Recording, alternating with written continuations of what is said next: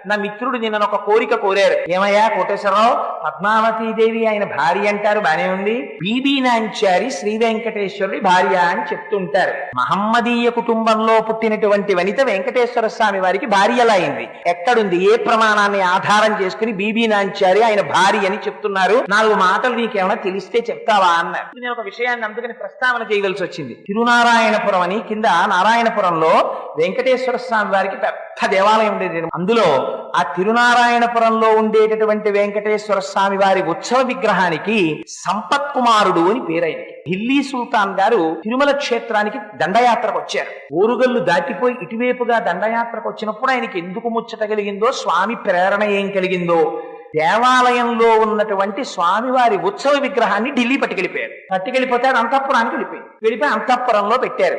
ఢిల్లీ సుల్తాన్ గారి కూతురు ఆ విగ్రహాన్ని చూసి, ఆ తల్లికి ఏం కనపడిందో అందులో